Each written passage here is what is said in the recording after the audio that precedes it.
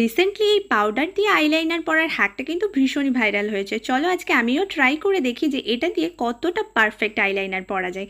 আমি নিয়ে নিয়েছি পাউডার আর তার সাথে একটা যে কোনো ধরনের টিউব। সেটা দিয়ে আগে আইলাইনারের লাইনটাকে ড্র করে নিচ্ছি যাতে পড়তে গিয়ে কোনো রকম ভুল না হয়। দেখো খুব সুন্দরভাবে কিন্তু পাউডার দিয়ে আইলাইনারটা ড্র করে নিয়েছি। পাউডারটাকে ওয়েস্ট না করে আমি গায়ে মেখে নিলাম পাউডারটা, কারণ সত্যি সত্যি এই গরমে পাউডারের কিন্তু খুবই দরকার। চলো এবার আইলাইনারটা পরে দেখি যে কতটা পারফেক্টভাবে আইলাইনারটা পরা যায়।